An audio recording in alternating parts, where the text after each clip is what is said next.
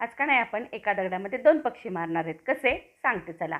ओवा घेतला 2 चमचे, तो व्यवस्थित भाजून घेतला, काढून घेतला. 2 ते 3 चमचे तीळ घेतले, ते पण भाजून घेतले. नंतर त्याच पॅनवरती गूळ घालून घेतला आणि थोडंसं पाणी घातलं, गोळीबंद पाक केला आणि पाक चेक करायचा पाण्यामध्ये घालून गोळीबंद झाला की मग त्यामध्ये 1 चमचा काळं मीठ आणि ती भाजलेलं ओवा आणि तीळ घालून घ्यायचं. मस्त सगळं मिक्स करून घ्यायचं.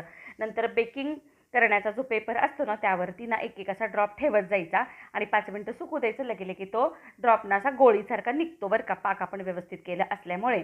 ओवा आणि काळं मीठ ह्यामुळे ना ज्यांना पोटाची तक्रार आहे त्यांच्यासाठी खूप फायदेशीर आहे. गोड खायची क्रेविंग ज्यांना होते जेवणानंतर त्यांच्यासाठी आपण गूळ वापरलाय. झाले की नाही एका दगडामध्ये दोन पक्षी. ही माझी स्वतःची रेसिपी, आमच्या घरामध्ये हे लागतं, त्यामुळे तुम्ही पण करून बघा. केल्यानंतर कमेंट करा. सबस्क्राईब केलं नसेल तर पटापट